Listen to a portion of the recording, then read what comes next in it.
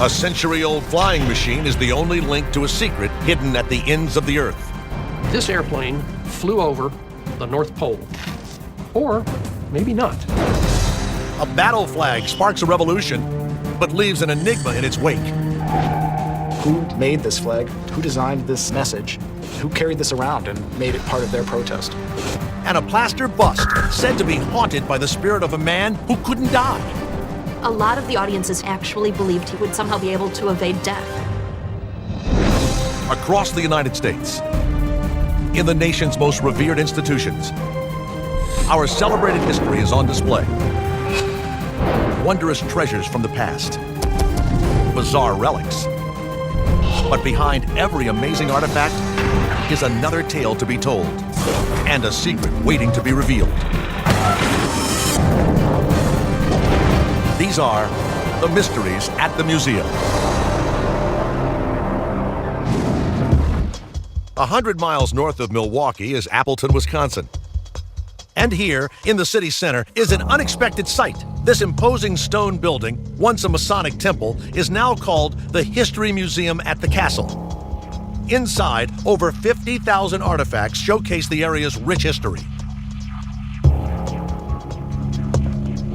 But one artifact stands head and shoulders above the rest. Secured behind plexiglass, this plaster bust, 21 inches tall, is modeled after a man who has long passed on, but whose mysterious talents still baffle the mind. He could escape anything. There was no jail cell, lock, handcuff, anything that he couldn't get out of. The subject is America's greatest magician, Harry Houdini. To curator Carolyn Lane, the bust exerts a strange and captivating aura. There's something in his eyes. He's not smiling, really, but you can see something. There's a hint of magic in his eyes. Houdini sat for this portrait in 1913 at the height of his illustrious career. And at the time, a total of 3 busts were made. But in 1926, just days after the magician's death, the other 2 statues inexplicably fell from their pedestals and smashed on the floor. Because these busts have met with an untimely end, a lot of folks will claim that our bust is haunted. Could this bust really be possessed by the spirit of the famous magician? The answer may lie in the mysterious circumstances that surround Harry Houdini's death. Today, most people think that Houdini drowned in one of his escape acts. Others claim he was murdered. But few people know the real truth behind the magician's final days. The story of Houdini's actual death is far more tragic than any of these stories and myths about it. So how did this master of magic really die? The bizarre story of Harry Houdini begins in New York City, 1891. Here, a teenage Hungarian immigrant named Eric Weiss discovers what will become his lifelong passion: magic. Captivated by the art of illusion, he begins at the bottom, honing his craft with simple card tricks in Coney Island. Inspired by the famous French magician Robert Houdin, Weiss soon adopts a stage name. He took that name and added an I to the end. And all of a sudden, you have Harry Houdini. Talented but unknown, Houdini desperately wants to set himself apart from other performers, but knows he must come up with something different, something that will amaze audiences. So he tries his first escape act, breaking free from handcuffs. With the handcuff act, Eric Weiss's transformation into Harry Houdini is complete. Fueled by success, the Handcuff King ups the ante. One of his next really big things was the straitjacket escape. In a dazzling display of showmanship, Houdini would hang upside down from the sides of tall buildings and extract himself from a straitjacket in midair. Putting his life in dire peril becomes the hallmark of Houdini's act.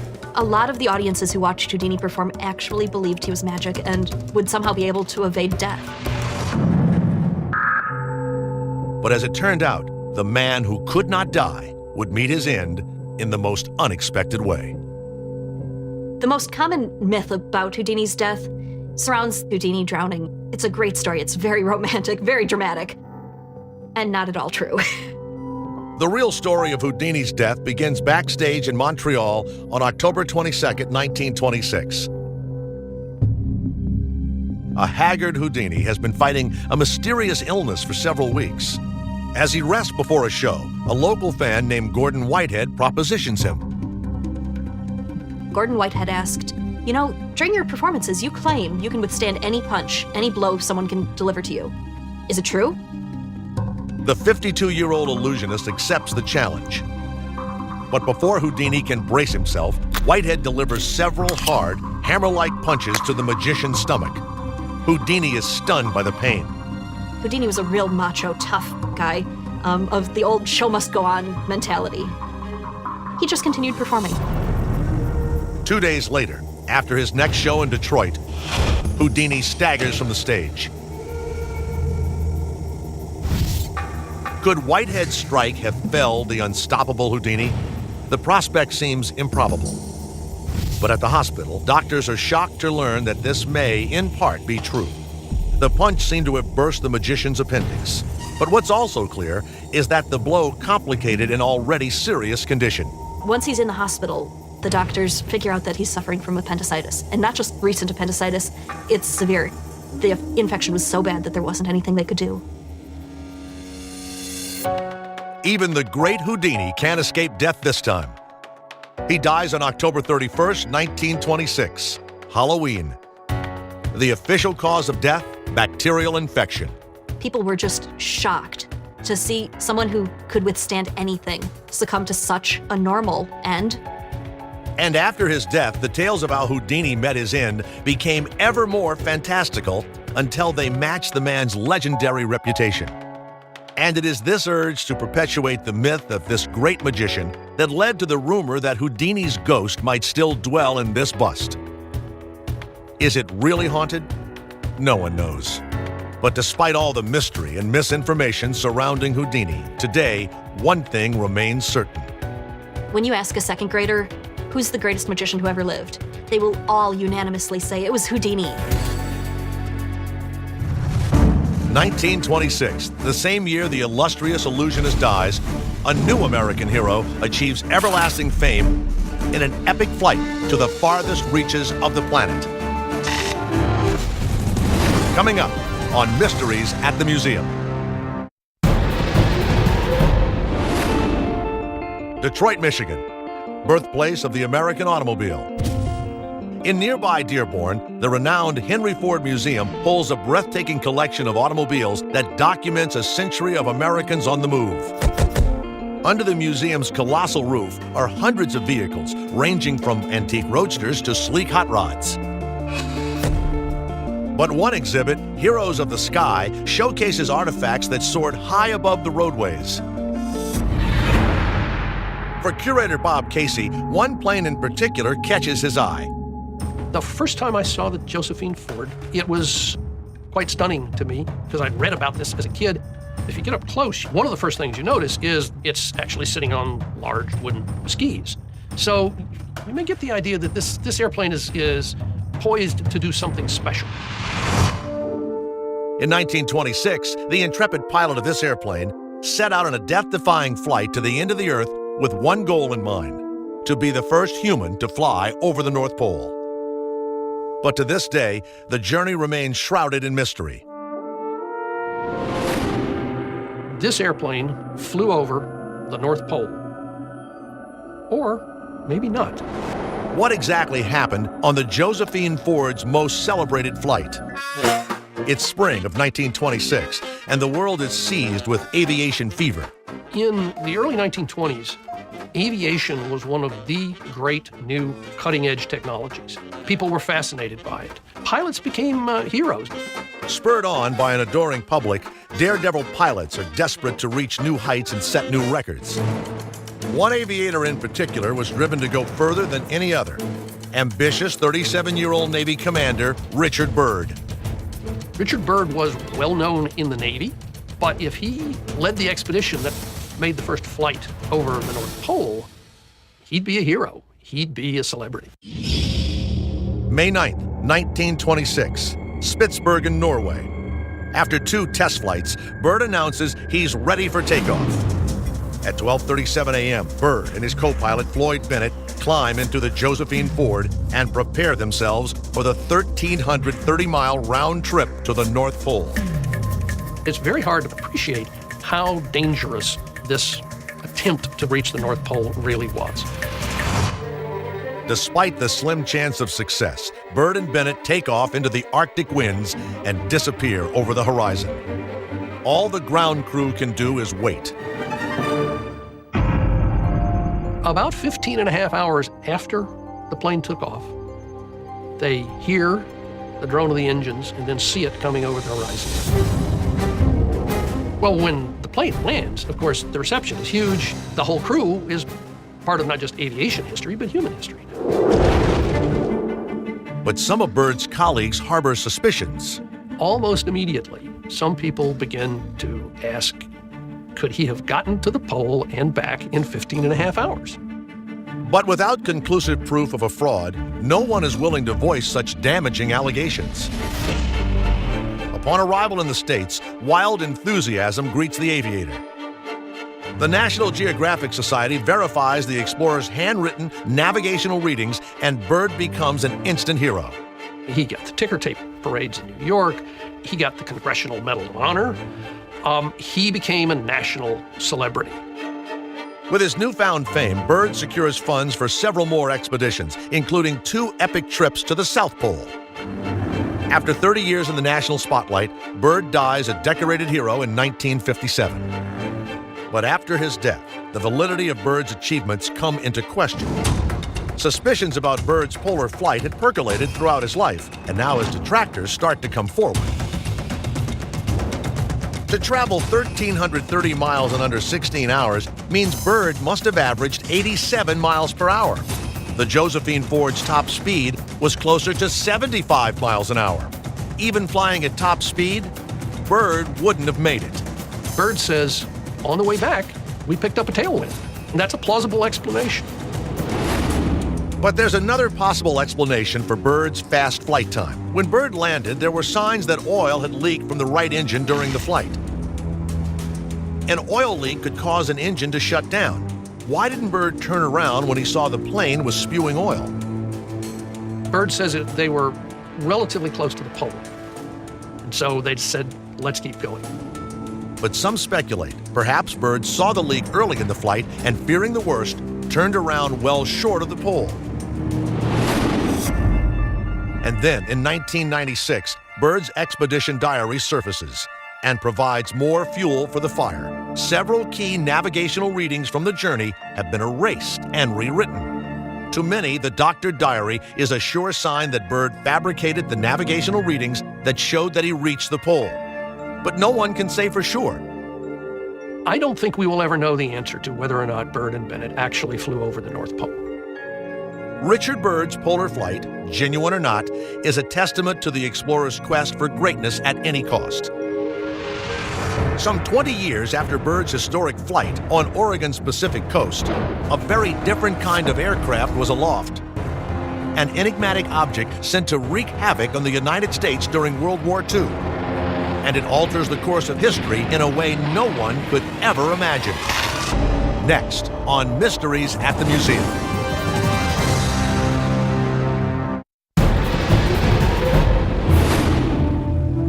The sleepy town of North Bend, Oregon, a hidden gem along a breathtaking shoreline. But this stretch of coast, known as Coos Bay, wasn't always so peaceful.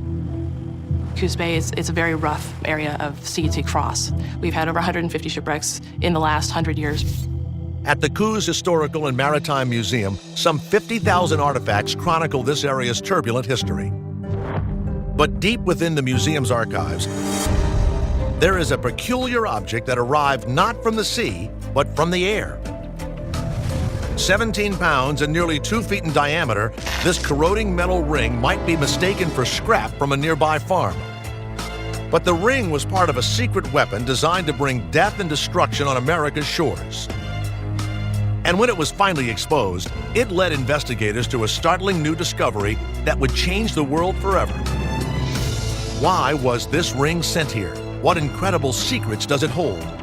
And how did it cause the only deaths resulting from enemy action to occur on mainland America during World War II? It's May 1945. The Second World War is still raging in the Pacific. While thousands of U.S. troops have been killed in action, not a single person has been killed on the U.S. mainland. But that is about to change. Here in the Oregon woods, near the town of Bly, the Reverend Archie Mitchell and his wife Elsie are taking 5 Sunday school students on a picnic. After lunch, Elsie takes the kids on a short walk in the woods. Not far from the picnic site, they stumble on a strange-looking object. He heard his wife say to him, "Honey, come look what I found." The next thing he knew, there was a large explosion, and he ran to where his wife and these 5 children had been. All 6 are dead. To the Reverend Mitchell, the cause of the deadly explosion is a mystery. But the U.S. military may have an answer. For the previous few months, Army geologists in western United States have recovered dozens of giant weather balloons, 33 feet across. And each is carrying a lethal payload, metal rings laden with fuses and explosives. Who could be making these mysterious bombs? Then a simple lab test on one of the balloon sandbags offers a clue. They were able to discover that there were specific minerals in that sand that only comes from very specific beaches in Japan. The military is dumbfounded. It was thought that a balloon could only travel 400 miles before making landfall. Japan is 5,000 miles away, and there are no Japanese bases near the U.S. mainland. How have they managed to engineer a weapon that could travel 5,000 miles across the ocean? Unknown to the U.S. military, Japanese meteorologists have made an astonishing discovery. The Japanese discovered that at 30,000 feet, there is a band of air that actually travels at very high speeds. This powerful air current, moving at speeds up to 200 miles per hour, is what we now call the jet stream. But in the 1940s, it's an unknown phenomenon, unknown to all except the Japanese. Using this knowledge, the Japanese set out to do the unthinkable. They used the jet stream to send balloon bombs across the Pacific to strike the American mainland. All in all, Japan launches over 9,000 balloons, of which 1,000 are thought to have reached North America. And it was one of these bombs that killed Elsie Mitchell and the 5 children in Oregon in 1945. These deaths remain the only enemy-inflicted casualties from World War II to have occurred on the U.S. mainland. The balloon bomb, once uncovered, opens up a world of scientific knowledge. Today, jet streams propel the commercial airline industry and provide more accurate weather forecasts. Safely tucked away at the Coos Historical and Maritime Museum, this mysterious metal ring no longer poses a threat, and its secrets are now unlocked. 2,000 miles away, in the archives of the Chicago History Museum, is an artifact that is just as highly charged. How did this piece of fabric, adorned with a cryptic logo, help spark a revolution that still reverberates today? Find out when Mysteries at the Museum continues. Chicago, Illinois. The Windy City is the birthplace of countless American cultural icons. The Chicago History Museum celebrates the city and its many traditions with exhibits on jazz, railroads, and gangster folklore. But off the main floor, in a back room, curator John Russick examines a very different piece of Chicago's history. An artifact that incited a rebellion against mainstream culture and authority. It's a plain scrap of fabric, emblazoned with a simple yet striking design. With this piece, we don't have a lot of information about who had it, but it appears to be a flag. While Russick knows little about the flag's origins, he does have one tantalizing clue as to the part it played in shaping America's history. The museum's records indicates that this flag was one of thousands of banners designed for the protests of the Democratic National Convention in 1968. So who made this flag? How did it come to be in Chicago? How did it change the direction of the country? February 1968.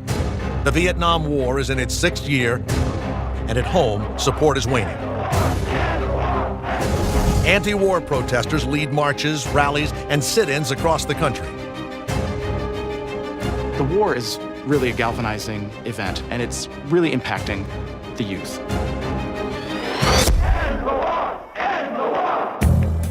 One of the most vocal protest groups is an organization known as the Yippies, led by 2 radical activists, Abbie Hoffman and Jerry Rubin. Abbie Hoffman frequently said that what the Yippie movement represented was a new America, a new culture, a new energy driven by young people. The Yippies intend to shake America to its very core.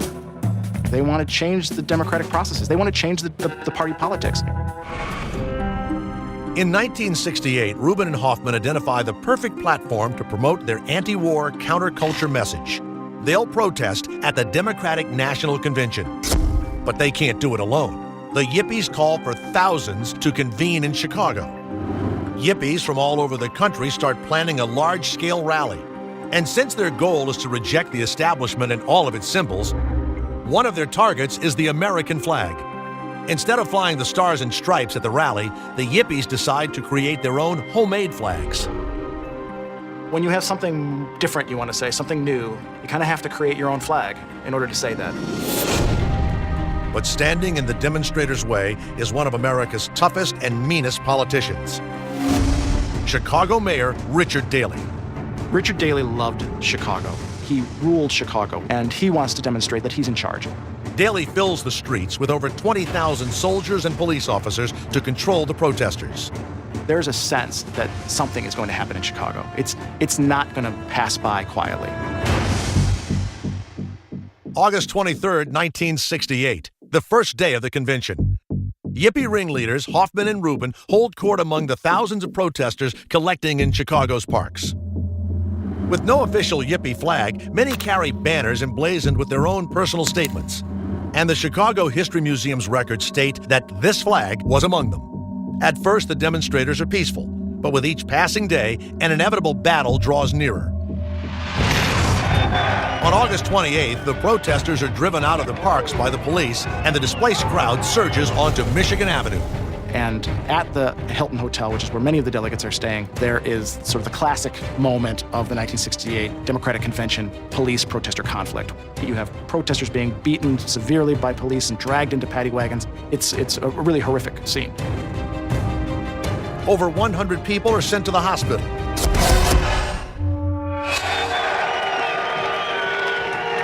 News cameras capture it all, and the country watches in horror.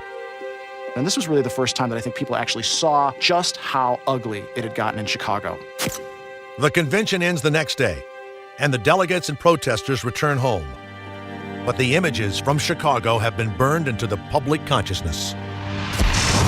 I think what that convention showed America was the sort of level of commitment and the numbers of people who are taking up sides in this battle for the future of the country. The anti-war movement gains momentum until the U.S. finally withdraws its last combat troops from Vietnam in 1973. 5 years after the Chicago riots, a hard-earned peace is at hand, thanks in part to the legions of Americans who were willing to demonstrate under homemade battle flags like this one, which found its way to the Chicago History Museum.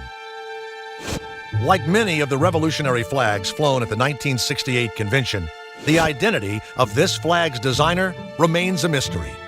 While this flag is a relic of a bloody battle, 1,200 miles away in Massachusetts, the Fall River Historical Society has an artifact that was recovered from the scene of a bloody murder. And it could hold the key to one of the most infamous homicides of the last 100 years. Coming up on Mysteries at the Museum.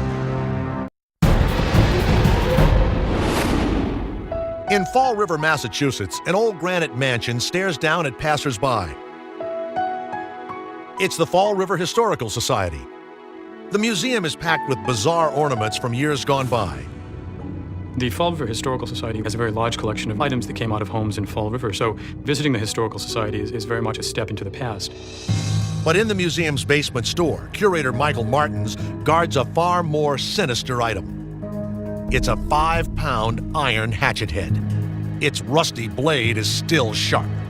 The hatchet in the Historical Society's collection is often referred to as the handleless hatchet.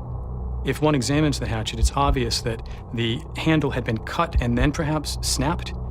Such an item would have been commonplace in any 19th century Fall River home. But this hatchet is different. It was found at an infamous crime scene and bore witness to a series of gruesome killings. It's the key to one of the most notorious unsolved murders of all time. The tale begins in the summer of 1892. A self-made businessman named Andrew Borden has made his home in Fall River with his wife, Abby. Abby Durfee Gray Borden was Andrew Borden's second wife. She married into the family in 1865. Sharing the family home are Andrew Borden's daughters by a previous marriage, Emma and Lizzie Borden. Lizzie Borden's life, by all accounts, was a fairly easy life, and she appears to have been well provided for. From the outside, the Borden family seems to enjoy a peaceful, prosperous life together.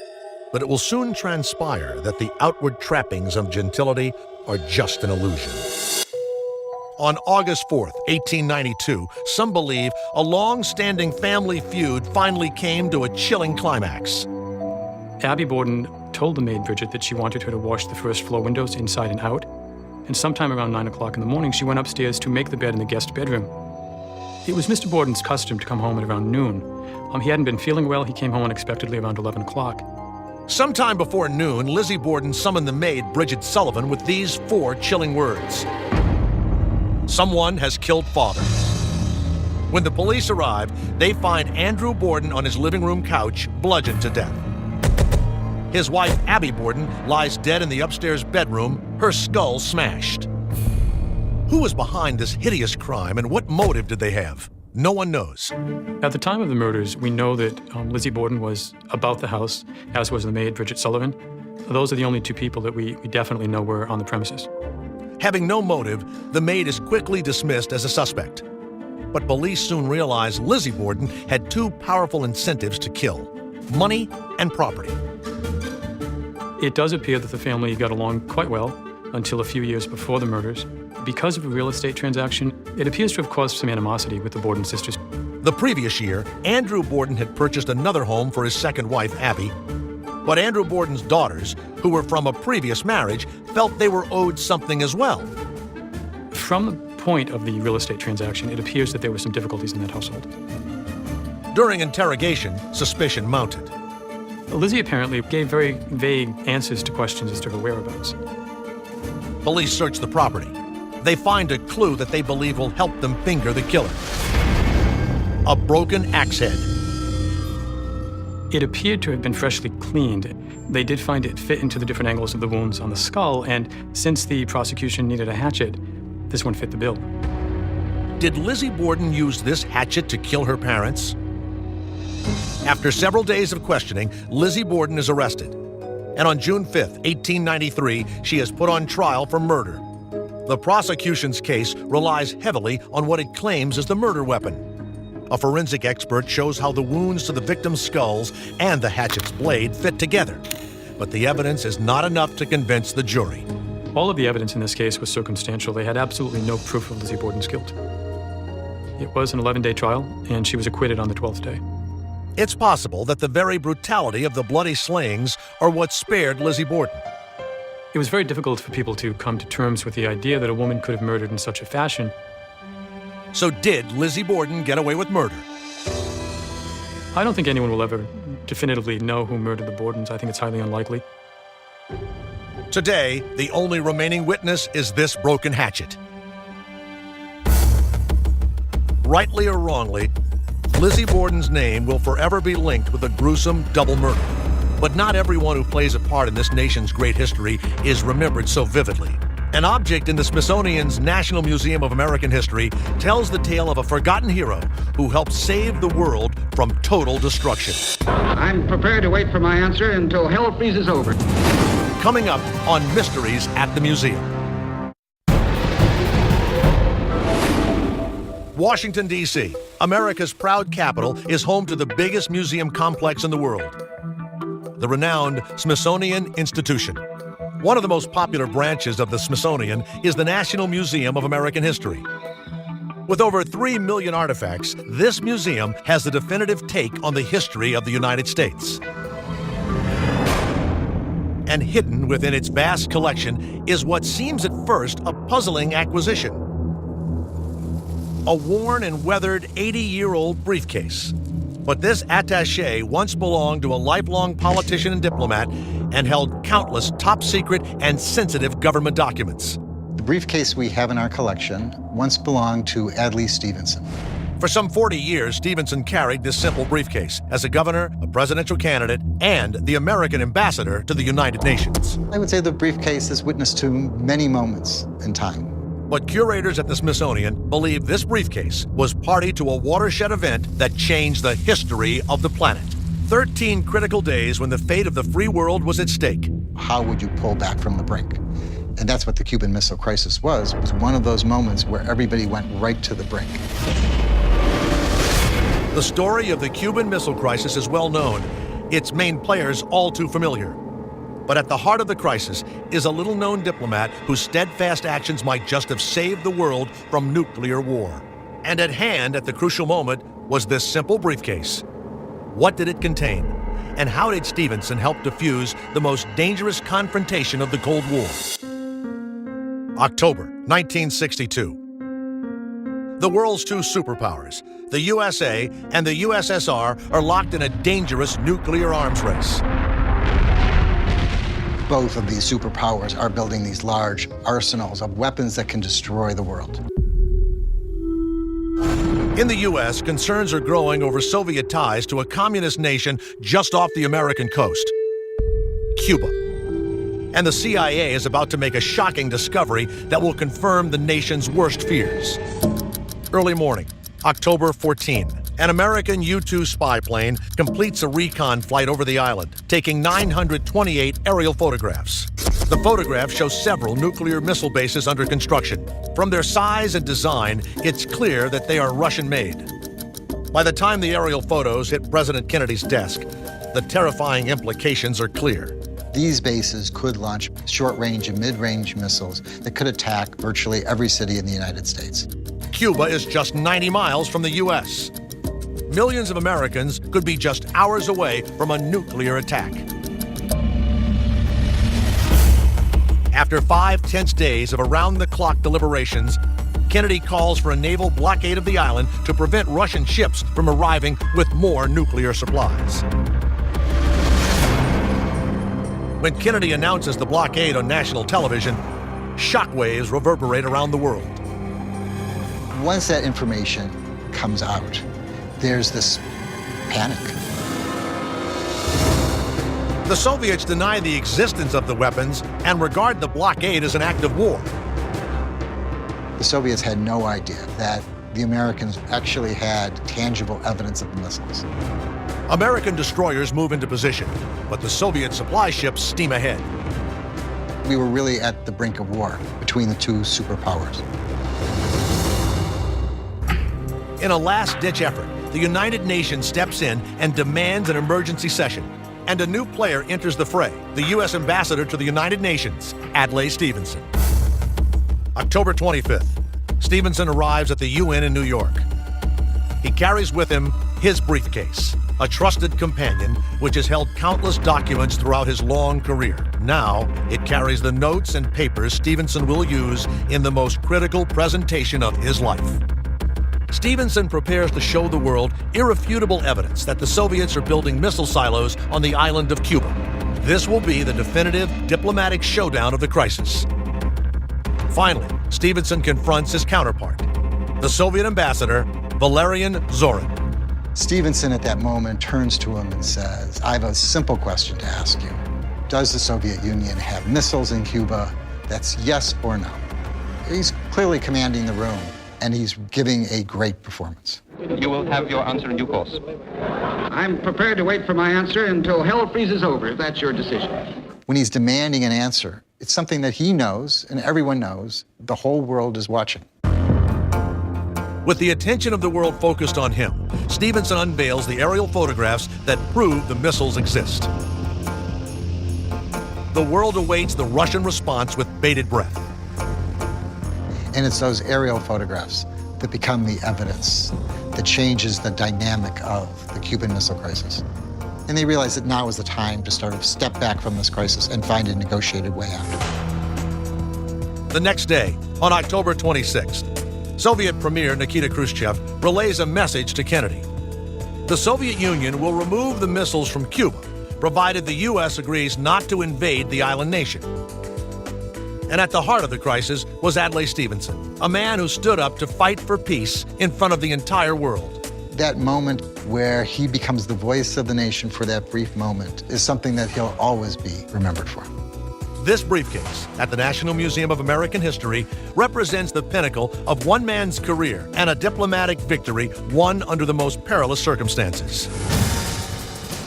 Axes and attachés, protest flags and polar planes, mysterious bombs, and haunted busts, each with its own secret history waiting to be discovered. These are the mysteries at the museum.